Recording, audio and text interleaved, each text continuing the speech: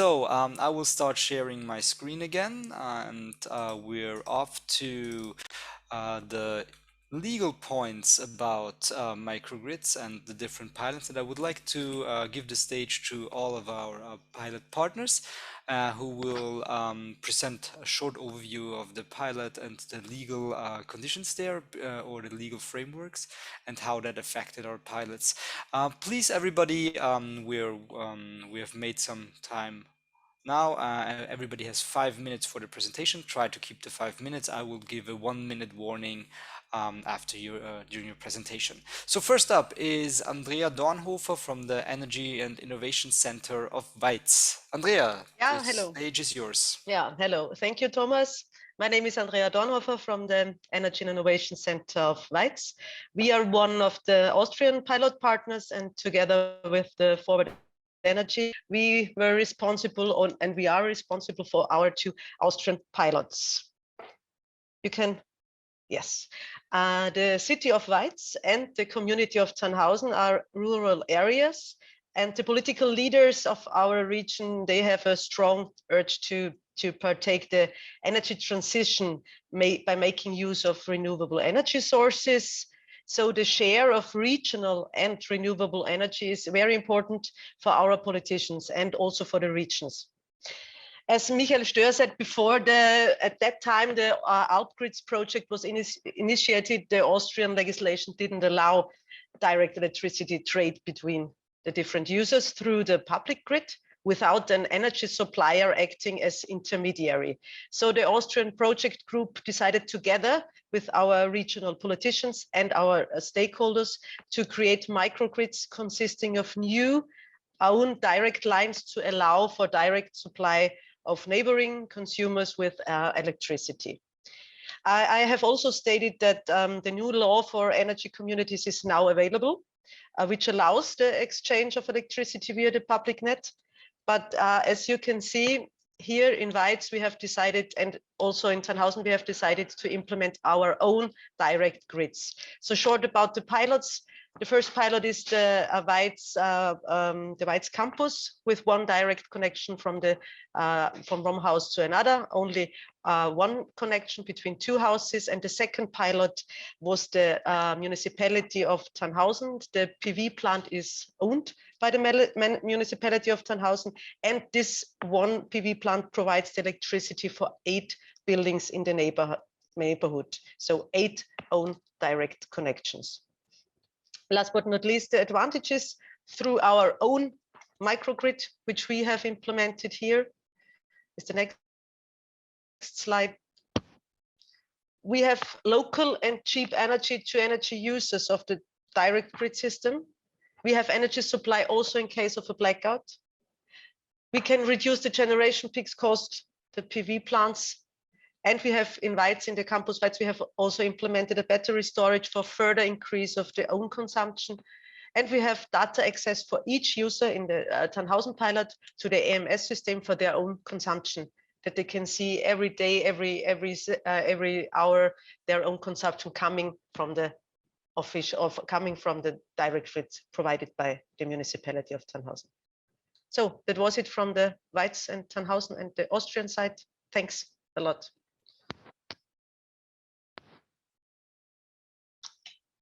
Sorry, I was muted. Thank you, Andrea. That was quick. This was less than 5 minutes. Next up is France, Juliam, and Noemi.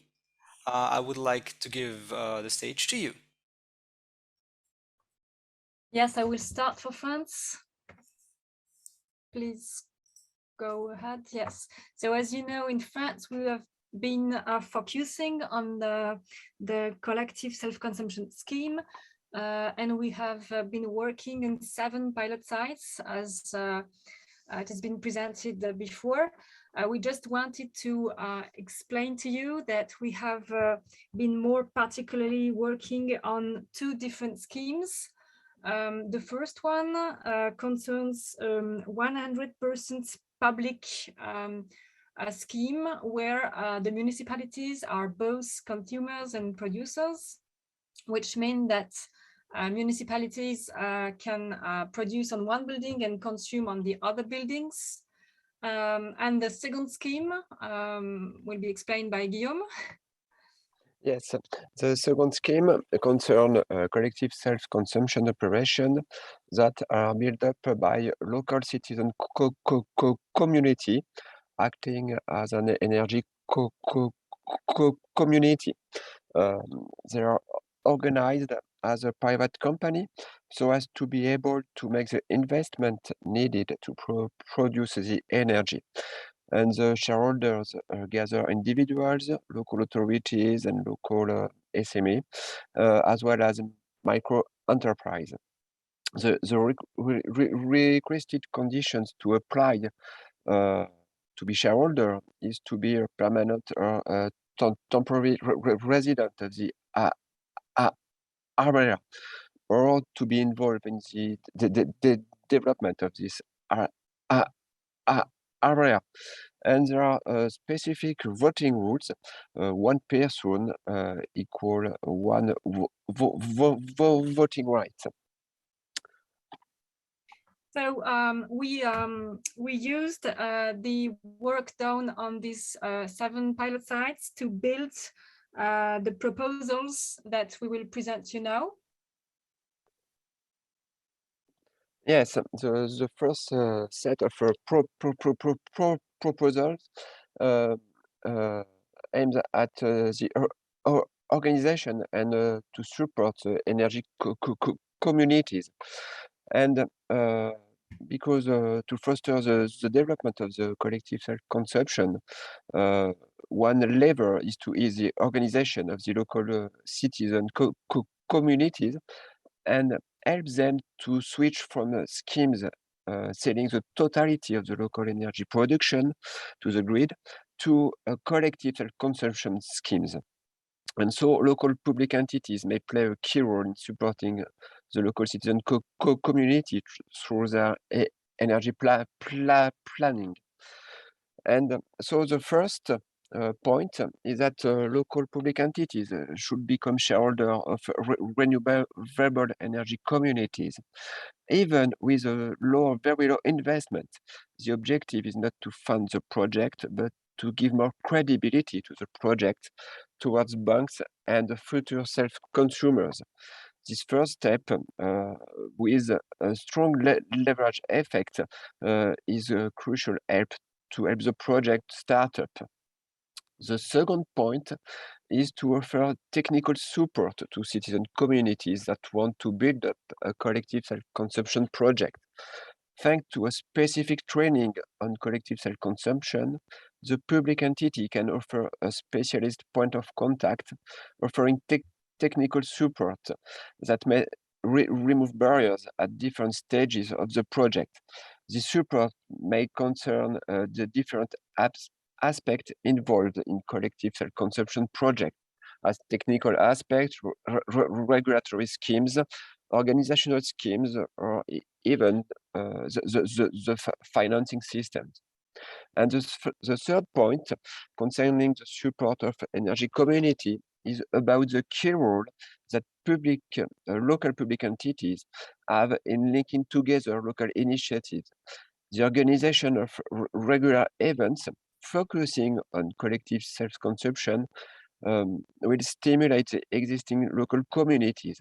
The experience sharing is indeed a strong tool to tackle obstacles and to ease the replication of a successful project.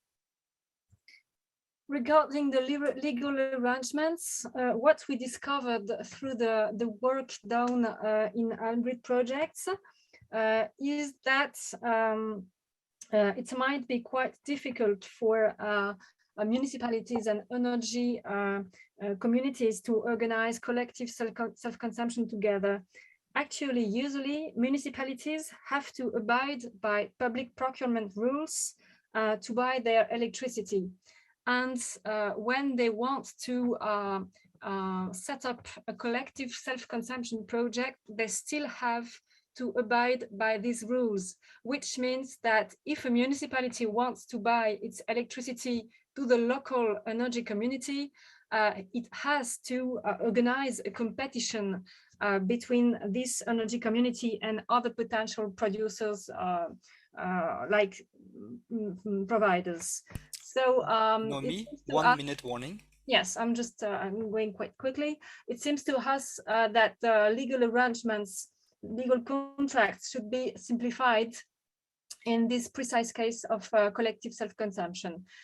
Contracts should also be standardized. As you might know, a consumer that belongs to a collective self-consumption operation today has to sign as many contracts as there are producers. So it can be quite complicated. And we propose to simplify and maybe to organize only one contract for all the providers. The second point concerns the data access. All these projects need to rely on precise energy data, energy log profiles. And we had quite some difficulties in ALPGRIDS pilot sites to gather this data. So we also propose that this access should be simplified, especially for municipalities which have today to struggle to access to the consumption of their own buildings. So that would help a lot to work on this issue. Thank you. Thank you, Noemi and Guillaume. Next up is Germany, and the floor goes again to Michael Stör and Florian Rothmoser. Okay, next slide, please. So we want to point out one detail in one law in Germany, which was the problem which prevented the Rothmoser GmbH and Co. KG from implementing a pilot as it was planned. And it is one sentence in the law for the promotion of energy for renewable energies, which is on the bottom, ohne Durchleitung durch ein Netz, without passing by the public grid. So this law describes the mechanism for setting up some sort of energy community, which is a tenant electricity community. This single sentence limits tenant electricity models to buildings, because very few people will construct a new electricity line from one building to another one in order to extend tenant electricity models to the next building. So it means simply, if you have 10 meters, to go from one building to another one, if you want to cross the road, if you want to go along the road, a tenant electricity model is not possible. Next slide, please. So another point in this law, 2020, so what I've shown before was from 2017, and this point without passing through the public grid has not been cancelled. It is still in. So in 2020, there was added the possibility formally to have tenant electricity models to quarters, to not only the buildings, but to quarters, but the notion quarter, well, or neighborhood, it is inserted in the law, but it is not defined. So that means that the definition of neighborhood is ultimately left to the courts. There is a legal uncertainty. And if somebody wants to set up a microgrid using the, beyond the building in the city quarter, he and she cannot be sure that at the court, this will be considered as a quarter. And this refrains people from implementing energy communities, microgrids, according to the tenant electricity model. Next slide, please. So what would heal the situation? So it's very, very simple. In paragraph 21b, section 3, which is included since 2017, not changed 2020. The sentence 1, number 2, ohne Durchleitung durch ein Netz, without passing through the public grid, should be deleted. Very simply, just delete it. Yeah. And these 5 words imply in the majority of cases that all parties of a tenant electricity model must be located within the same building. Yeah. And then a second thing should be changed. The legal term quartier, quarter, neighborhood, yeah, which is introduced in 2020 in the same paragraph, yeah, needs to be defined appropriately in the relevant laws, which is the German Renewable Energy Act. Yeah. As in all acts, you have to define the notions which are crucial, which you need. Renewable energy, for instance, is defined. Yeah. So everything which is important in the law has to be defined, or you have to refer to another law where the definition is given. So in many cases, German laws refer to a European directive for the promotion of renewable energies where the meaning of renewable energy is defined. Yeah. So here there is neighborhood there is no definition in the law. There is no reference to another law or to European directive where the definition would be given. So there's legal uncertainty. And then here you can only heal it by inserting a definition of neighborhood in the law or to referring to a proper definition somewhere else. All this is described in more detail in the deliverable DT132, which you can find on the ALPGRIDS website. Next slide, please. And I think it's Florian Rothmoser which takes over. Yes, thank you. And Michael. Florian, just a 1 minute warning, please. Okay.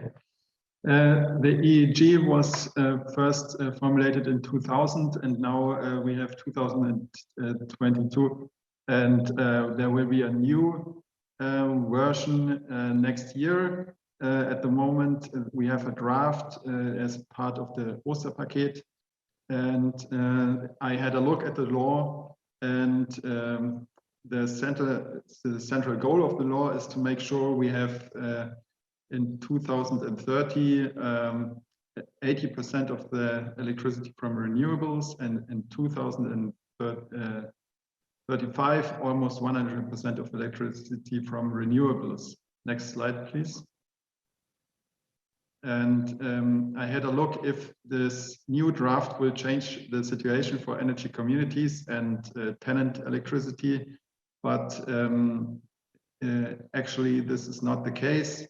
Energy communities will have some advantages because they don't have the obligation to tender for the feed-in tariff. They have fixed feed-in tariff, but at the Mieterstrom, the sentence that is hindering us seems to be not deleted from the law. So energy communities, energy sharing is not really enabled with the new draft as of now. Thank you. Thank you, Michael and Florian. Thank you for your insights on the German pilot. Next up is Slovenia. Tomáš? So to start, in Selnica pilot, we wanted to establish a legal formal energy community in which also citizens would be able to participate and finance the installation of PV plants. We tested the possibilities to install PV plants on fire station, house of culture. As you can see from the picture, we wanted to find solutions for self-sufficiency, a reduction of energy costs, and of course, possible island operation. In order to size all PV plants, we collected data, 15 measurements, checked the size of roofs, prepared technical analysis and installation options. But because of a late adoption of legislation, different interpretations, we cannot yet organize a real energy community, but we will be able to carry out self-sufficiency net metering scheme for all public buildings. Calculation showed that payback period will be less than 7 years. In the future, also this system will be adapted to include a battery system, which will allow parts of distribution to be operated standalone. And then we will be able to classify this community as energy island community. In the next slide, you can see that there are different barriers we faced ourselves. The next slide, please. We organized meetings with the Ministry for Infrastructure, Directorate for Energy is responsible for national policy in the field of microgrids and communities, and also Agency for Energy, market regulator, which takes care for energy rules and relations, and they are both aware of importance of microgrids and communities. Ministry is preparing special programs and tools to foster this development of microgrids in Slovenia. They see very positive that local authorities are already working on the measures related to microgrids and communities. As you can see, we faced ourselves with various challenges, financial, administrative. In Slovenia, we have many sources of RES energy production. There are also some subsidies available for use for microgrids. Some charges, Slovene Eco Fund have subsidies for individuals, but currently all the funds provided have been used up and the tender is closed due to such a large number of new applications for PV plants. There are also some other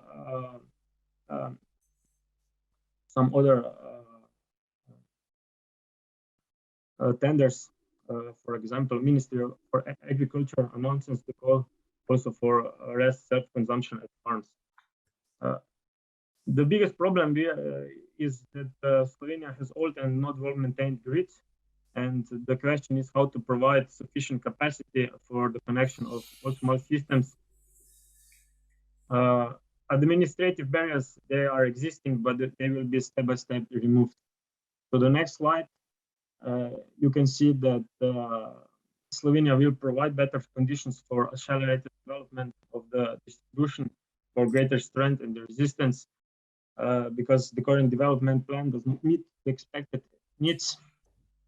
This will also be achieved by better connectivity of all elements behind and in front of metering points.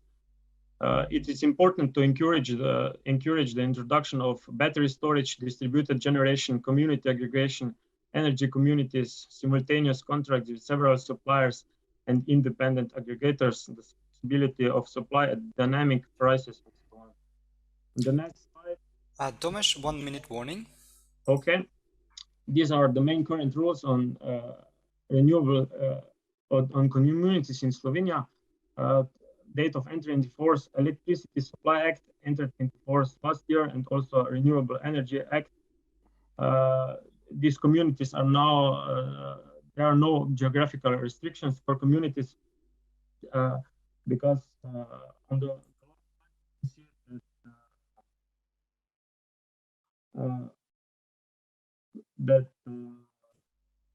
under this new decree on self-supply electricity from renewables that will enter into force tomorrow, customers, despite being self-sufficient, will have to pay the variable part of the network fee, and the old network scheme where Tomasz, yes? please, there seems to be an issue with your microphone. It seems like you're a bit far away, you're quite muffled. Could you repeat that sentence, please? Okay. The old net metering scheme, where accounting period is occurring at the end of each calendar year, is ending with end of 2023, and Slovenia set a target to be at 27% of RES by 2030, and over the next years we will have to build new PV plants of all sizes and batteries, and we will need to ensure the stability of the electric power grid. This is short from Slovenian side. Thank you very much, Tomasz. So next up would be Italy with Emanuele and Pasquale.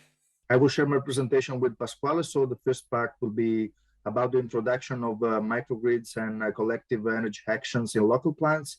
I'm Emanuele Cosenza. I'm supporting, I work for Sogesca, which is a consultancy company, which is supporting Udine municipalities as subcontractor in work package number 2.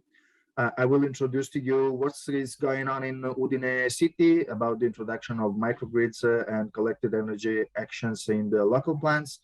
As already mentioned, partners are operating, even trying to introduce this kind of measure in regional or local plants. And I will introduce to you in a nutshell what happens in Udine city. Udine is a signatory of the Covenant of Mayors since 2009, so it's an ancient signatory of the initiative. And in 2017, the city joined the European project Compete for SECAP, which is basically focused on three pillars, which are ISO 50001 certification for the local authority, SECAP development, a competition of energy uses in local authority buildings. So that was the opportunity to coordinate the activities of the city about the energy solutions and sustainability for the energy management in the local authorities and in the private sectors. Next one, please. First thing we made with the city was to organize the administrative part of the municipality of Udine, trying to define a specific role and responsibilities, even including the politicians, most representative part of the public administration of the city, even including the mayor, even including the most important assessors, which are really and directly linked to the sustainability energy policies of the city. Next one, please. One of the main targets of the SECAP activities was, since the first time, the coordination and the optimization of the European projects related to resilience and sustainability about the energy management for the development of the policies or activities of the Udine city. So the first one thing you have to imagine is that the energy balance of the city is quite particular, since it described a situation of the city which is really focused on the heating consumption. So basically the city doesn't start at the moment a real energy transition. So it's really important to develop in the city solutions which are strictly related to energy efficiency and renewable energy production at the local level. So the target of the city is to go over to the 40% of the CO2 reduction by 2030 by adopting this kind of solution. So reduction of the emission for transport, increase of the production of renewables, creation of local energy communities, fight against energy poverty, which is another the third pillar of the Covenant of Mayors, strictly related to this kind of policies, and of course get financing and funds coming from European, regional, and national funds to sustain the actions included in the plan. Next one, please. It's a very huge SECAP because it's based on 6 axes, which are formed by a total of 65 actions related to energy efficiency, energy production, resilience, mobility, safety, and communication actions. So it's a very important and ambitious plan where we reported 6 specific actions which are related to the development of the collective energy community actions. Next one. 1.5 minute warning. Yeah. So basically we have 4 measures dedicated to energy, renewable energy production, which are the following one. And in the next one slide, there are 2 actions which are related to the sustain to energy communities solutions, which are basically focused on the strengthening the energy desk of the city, which is still operating since years, and the creation of a one-stop shop. I leave the floor to Pasquale, and sorry for my timing, which is not so short. Thank you, Emanuele. Next slide, please.